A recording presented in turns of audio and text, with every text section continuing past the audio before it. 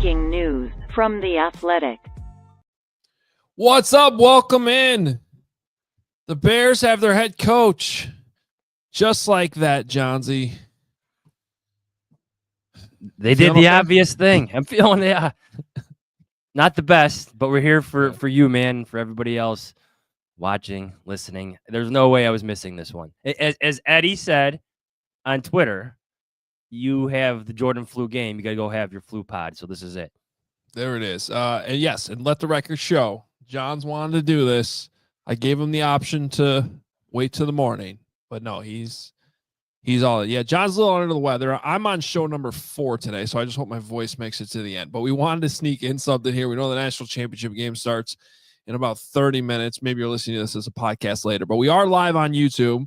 For those of you that wanted to, sneak this in before Notre Dame plays tonight against Ohio State. But what a turn of events here, Johns. I mean, I haven't even had a chance to have a casual conversation with you yet about the Lions losing on Saturday. I was out of town with my wife and quickly, got back in front of my computer last night when I got home and trying to catch up. And before you know it, the Bears hired Ben Johnson. If 512 yards and 31 points is a bad day for Ben Johnson, I am here for that. Like, I get that Jared Goff had 3 interceptions. There was a fumble somewhere in there too, right? You can't win football games, especially playoff games, with that many giveaways, that many turnovers. But if that's a bad day for Ben Johnson, give me that. 512 yards? Are you kidding me? Yeah. It's look, we've been talking about this literally since Matt Eberflus got fired, and probably even before that. Ben Johnson would have been a good hire last year had the Bears moved on, which they didn't do. And the one thing, even though Jim Harbaugh really was a non-starter, given the Bears' power dynamics and all that, the fact that they didn't make that move, didn't try to go after Jim Harbaugh, and then ended up having the 2024 that they had, as disastrous as it was, and clearly making his mistake of keeping Matt Eberflus.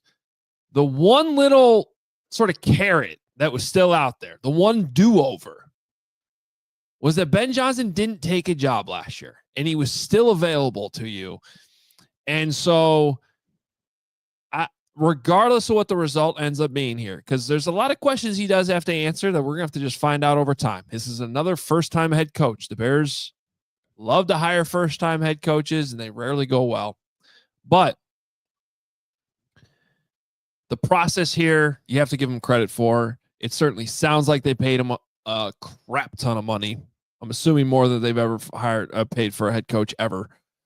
They moved swiftly.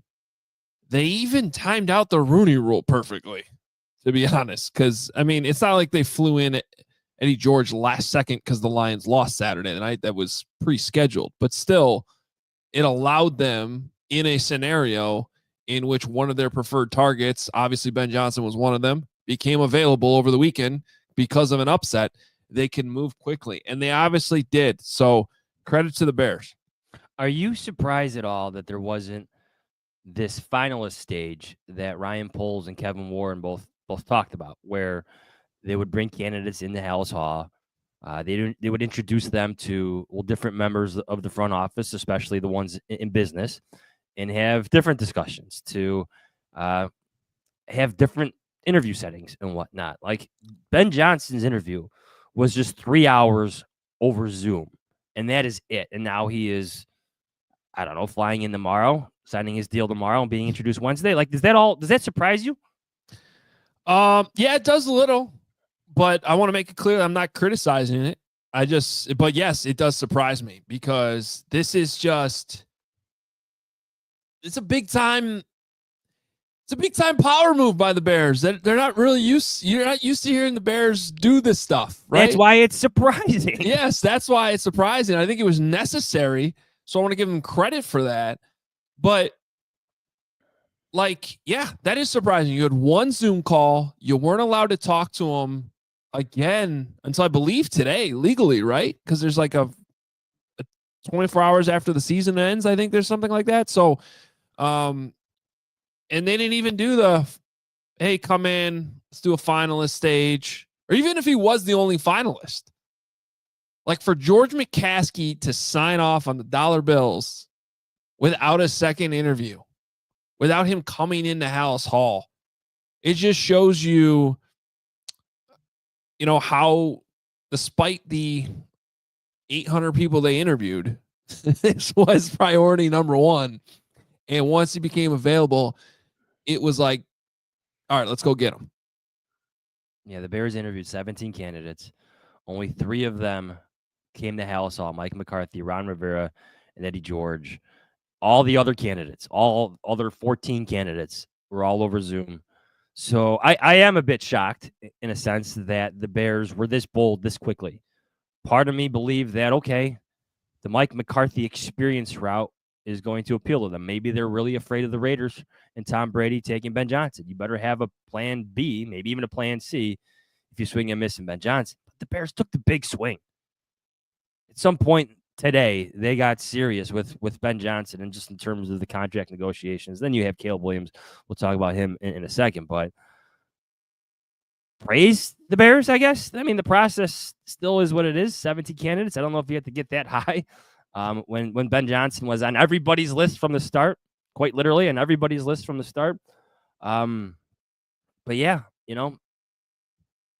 what is this like? I'm trying to picture the dynamics at Hallis Hall. And forgive me, my mind is full of germs at the moment. But like, I think this might be a good sign for Ryan Poles as well, given all the reporting about Ben Johnson before the hiring cycle even began. What do you think?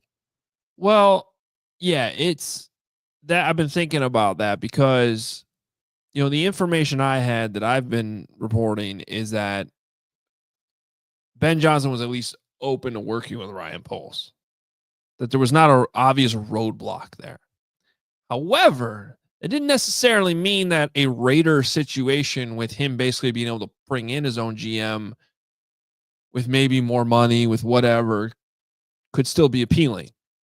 So I don't necessarily think it was like 1,000% guarantee that the Bears were going to get Ben Johnson. Like, I still think there had to be a selling that went on.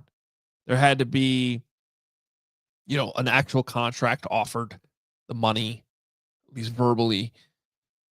And I don't think the Bears would have gone out and interviewed all the people they did had they, felt like it was a total done deal, which you could have figured out from a back channel situation a long time ago, right?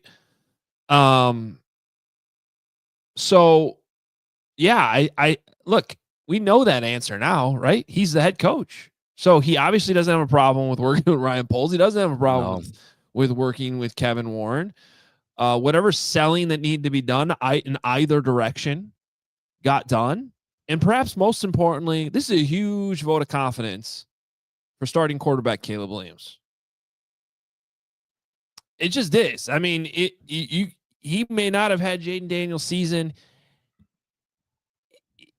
I was wondering if Ben Johnson might have, how much he liked Drake May even, right? Like he could have been like, nah, you know what? I feel better about Trevor Lawrence to the point I'm going to put up with Trent Baalke. You know what I mean? Like this was, or I can go to Las Vegas and draft my own quarterback, or bring in my own veteran, bring in my own Jared Goff that I just had a bunch of success with, right? Like that type of veteran quarterback. You don't take this job unless you really are in on Caleb Williams. I wonder if, I don't mean to disparage Jared Goff, but we've seen Jared Goff at some of his worst, right? Against Vic Fangio and whatnot. There's some certain, he's a good quarterback, but there's some certain limitations that he has in his game where I think in time, Caleb Williams is your better option. Could be your better option if he develops, if things start to click. You develop the right offense for him. He develops himself personally. Just the physical gifts where he's different, where he differentiates himself from Jared Goff. Like if you're watching the playoffs right now, watch these quarterbacks. They're all mobile. Look at Josh Allen.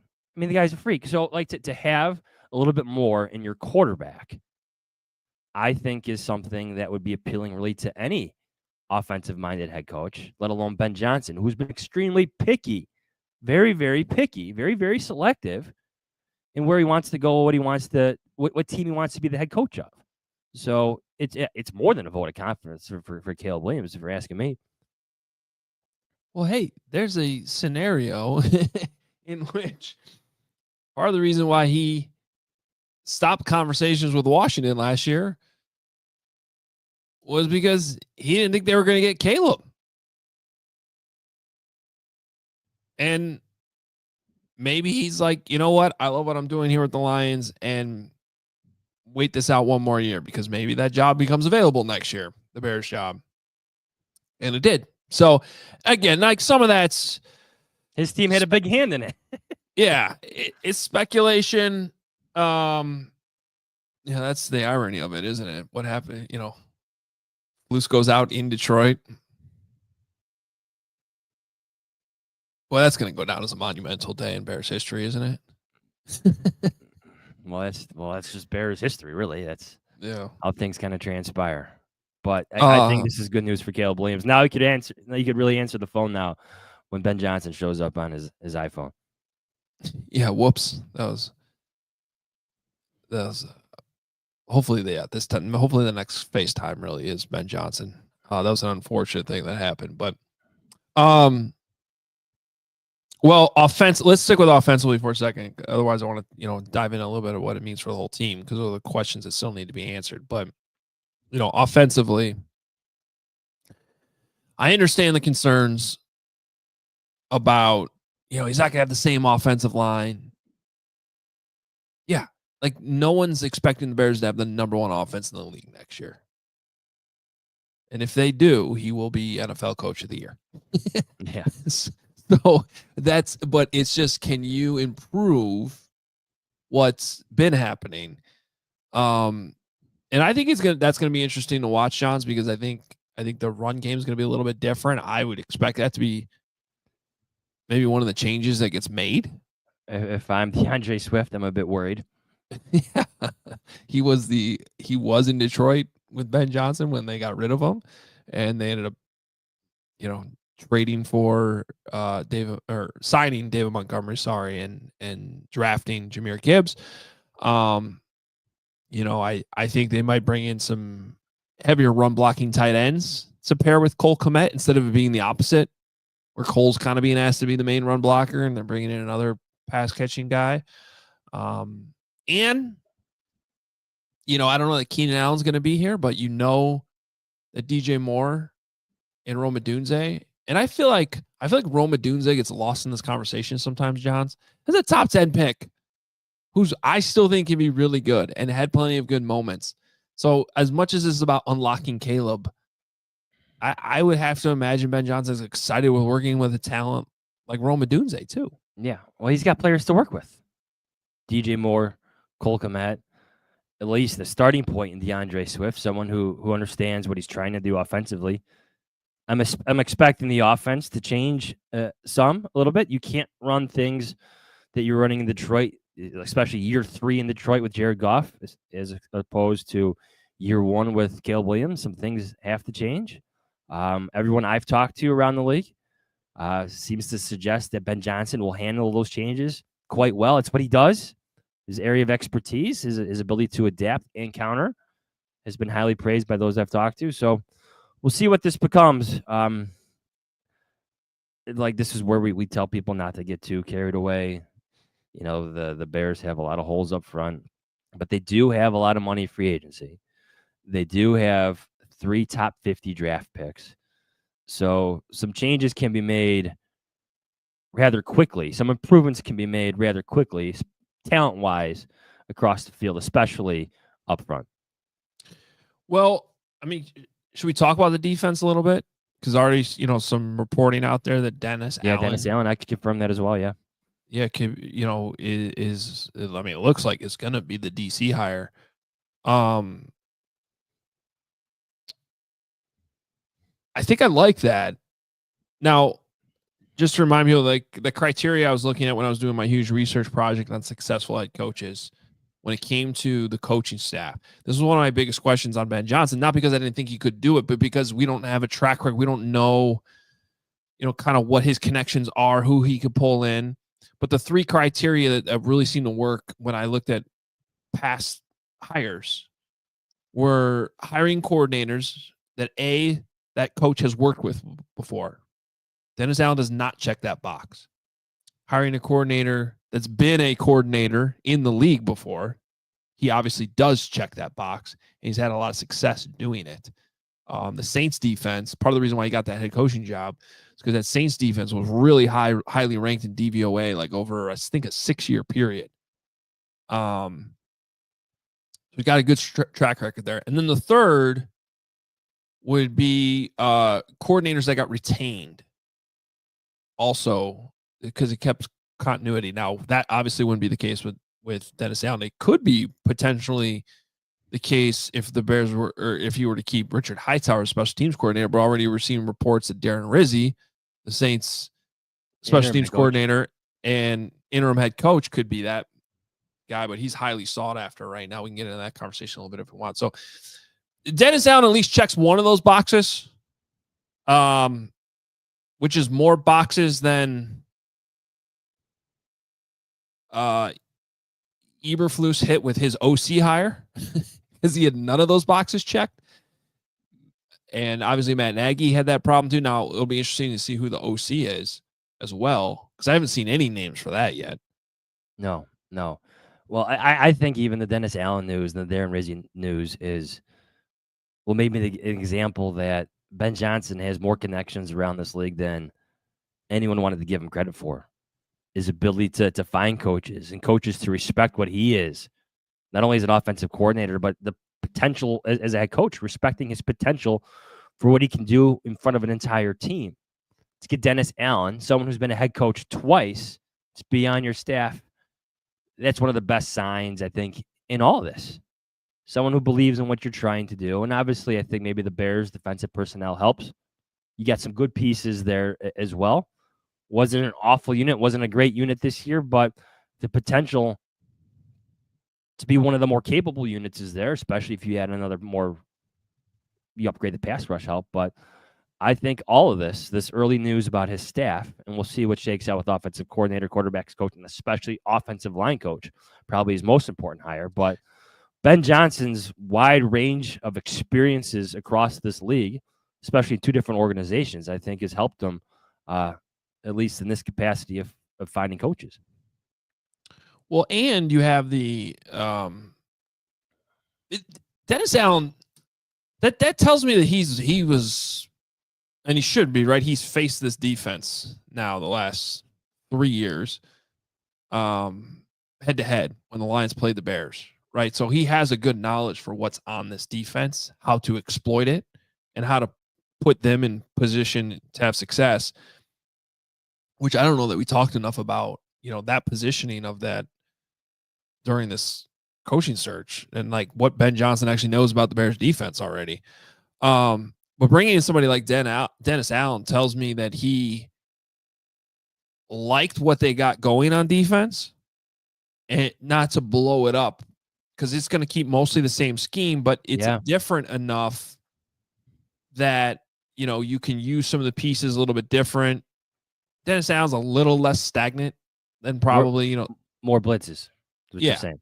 Exactly. More blitzes, more creativity. You see those wide 9 defensive ends.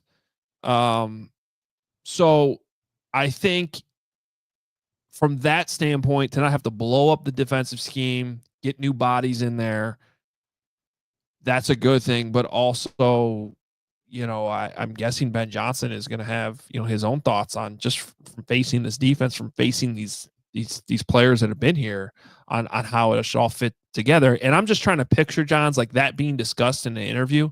It might have only been a 3-hour Zoom call, but if I'm Ryan Poles and I'm hearing like that pitch I just gave you, that would get me even more excited to go all in once I knew Ben Johnson became available. You're not talking about the shift that we all covered, going from Mel Tucker to Vic Fangio, right? Where you had, the base 4-man front to the 3-man front, and just different responsibilities across the board. There's some some similar structure that's going to be in Dennis Allen's defense. And you know what? Like, Matt Eberflus's defense did give Ben Johnson's offense some problems. We covered this. They were in like all decent those matchup. games. Yes.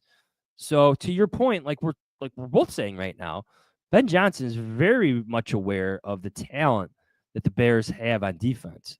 So securing Dennis Allen is an instant win for him in my book. And I don't know if it's going to immediately take off. I always expect time, some transition time, when new coaches come in, but it makes sense. It's like an obvious thing to do, which goes back to our original point. Like the Bears made the obvious hire for once in hiring Ben Johnson. Yes. And again, the way they acted so quickly, this is going to lead in my column that's coming out a little bit later. I'm still thinking about it right now. I don't know what's more stunning, that the Lions lost on Saturday night or that less than 48 hours later the Bears hired Ben Johnson. You know what I mean? Like, it's just, I saw a world this entire time where that was the hire, but I didn't think it was happening this week. And even when the Lions lost on Saturday, I would have told you, oh, they're going to have, a finalist stage, or Ben Johnson's going to take a visit to Vegas and Chicago and Jacksonville and then make a decision. No, this thing, bam, just happened. They got Crazy. serious. And if we're going to give the Bears credit for anything, it's really that. Because I'm with you. I'm still, there's some level of surprise that we didn't have Mike McCarthy coming back, that we didn't have Todd Monken coming in for a second interview. Brian Flores, maybe. Instead, the Bears just went after one of the top candidates. This isn't hiring Matt Nagy. This isn't hiring Matt Eberflus. This is a coaching candidate, and Ben Johnson, who was widely considered one of the best coaching candidates in this year's cycle and probably last year's cycle for what he's doing with the Lions. Top 5 offense, top 2, depending what stats you want to look at, over 3 years in running. This wasn't Matt Nagy without any play calling experience, learning after Andy Reid. This wasn't Matt Eberflus leaving the Colts. This is a top-of-the-line head coaching candidate who pulled himself out of the running of multiple spots in multiple years. So to see the Bears get serious and act like a serious organization and pay up for Ben Johnson this quickly, give them some praise. Again, I'm not sure they needed to interview 17 other guys or 16 other guys for it. We all knew Ben Johnson was the top candidate, but good for the Bears. They were just trolling us. They were just trying to keep us busy. That's all. Yeah, I just, and I've seen some reporting. I know Diana had a tweet earlier too that was, expressing some of the surprise around the league.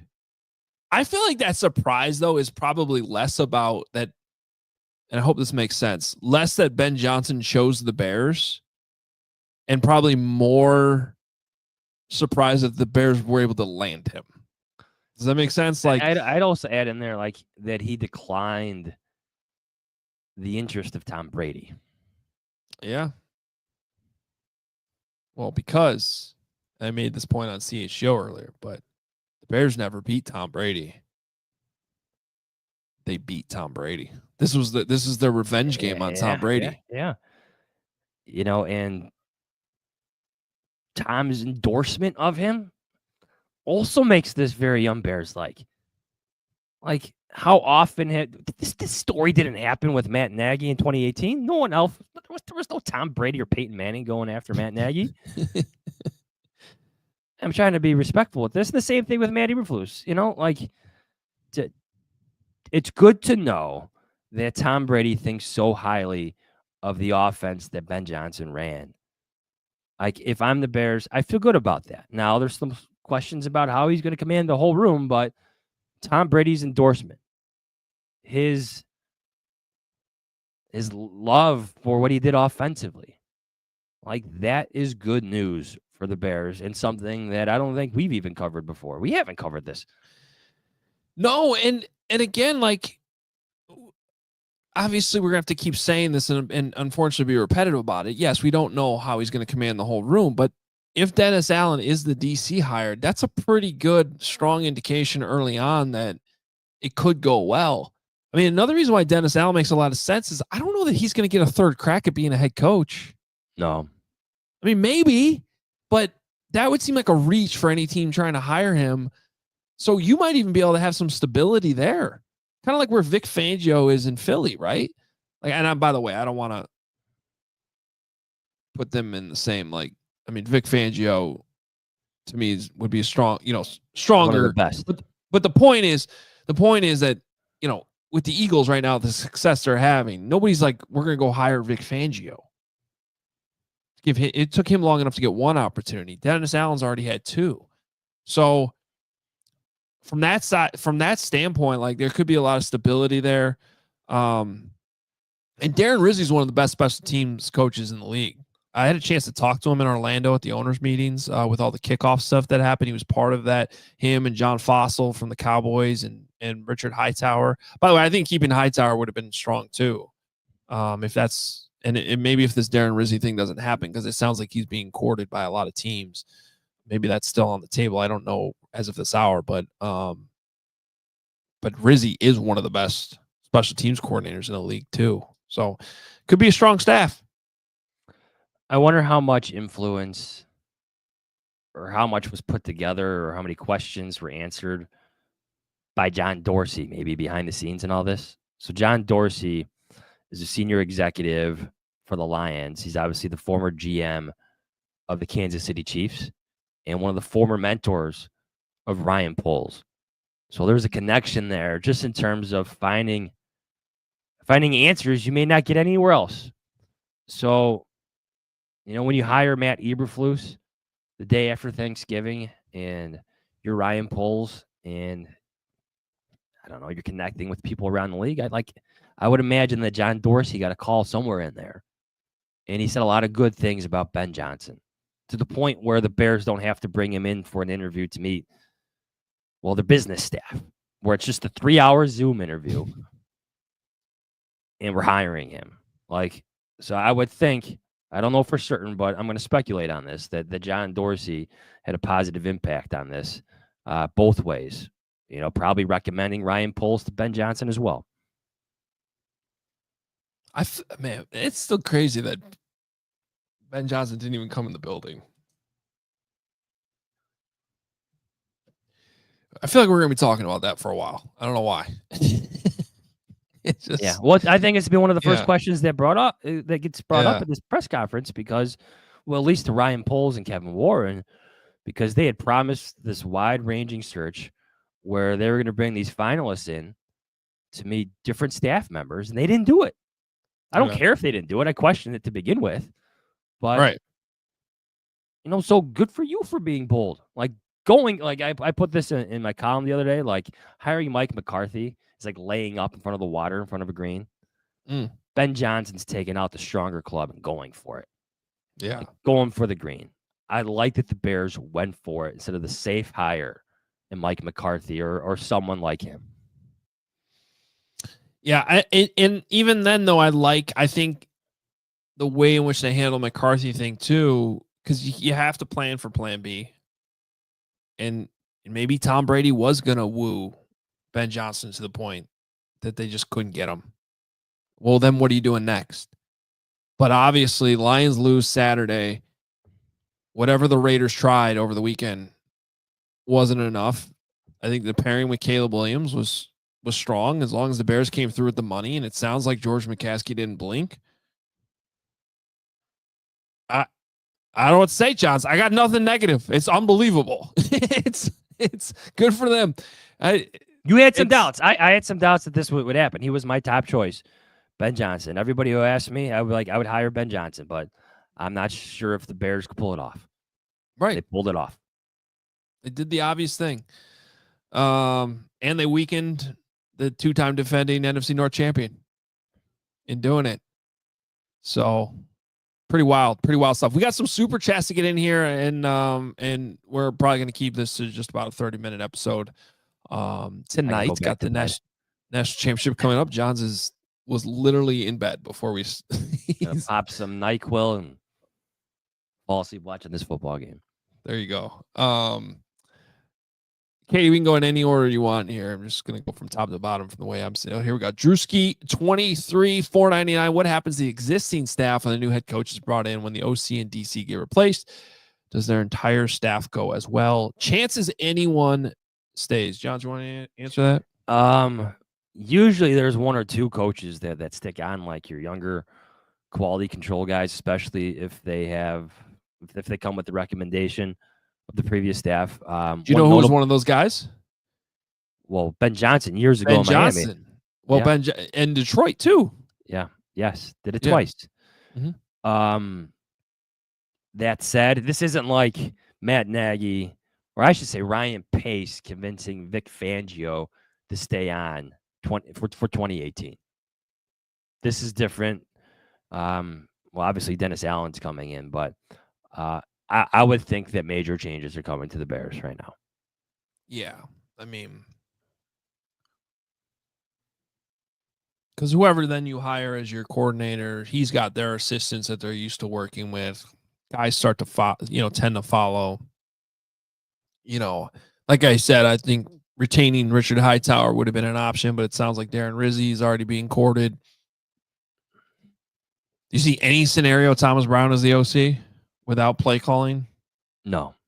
Just seems like a stretch. I think it's best for him to get out of here too. Maybe he sees it that way as well.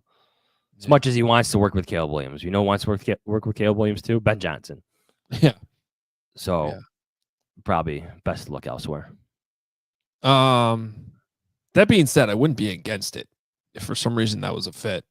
I think merging what Ben Johnson wants to do with what Thomas Brown learned in what was a crazy turbulent year, as long as they see eye to eye on things, but they haven't worked together before. So yeah, I don't know about that. Drewski 23, $4.99. Keenan Allen is on record saying he wants an experienced head coach, assuming he won't re-sign. He was a great supporter of Caleb. What are your thoughts? Well, it's about scheme fit and the vision that Ben Johnson has for his offense. You just look at Detroit, and their receivers were fast. Very, very fast. The running back, fast. Very, very fast. Keenan Allen is not that at this point in his career. He's just not. So maybe I never say never, but it'll be interesting to hear what Ben Johnson has to say about this, maybe later on, about what vision he has for his offense. Yeah, I wouldn't completely rule it out. If I'm Keenan Allen, I'm certainly intrigued by this pairing. I mean, how could you not be? But it's probably going to have more to do with what Ben Johnson thinks of Keenan Allen at this point. So we'll just have to wait and see on that one. PJ Alexander, $5. Ben has been tops in EPA even without having a QB. Without having QB mobility as part of his offense. Wait till we see that aspect added to his playbook. That was my point earlier about Jared Goff. PJ just said it better than me. Yeah. So thanks for sending that in. I think Caleb Williams.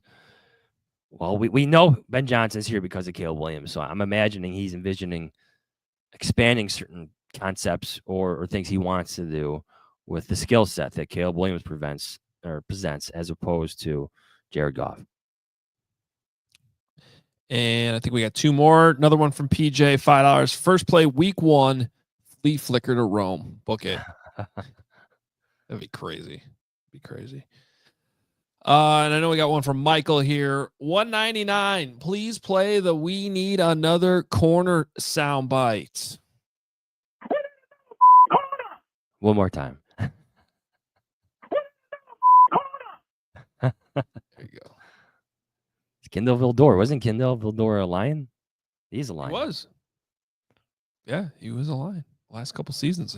So, all right. Well, any other final thoughts?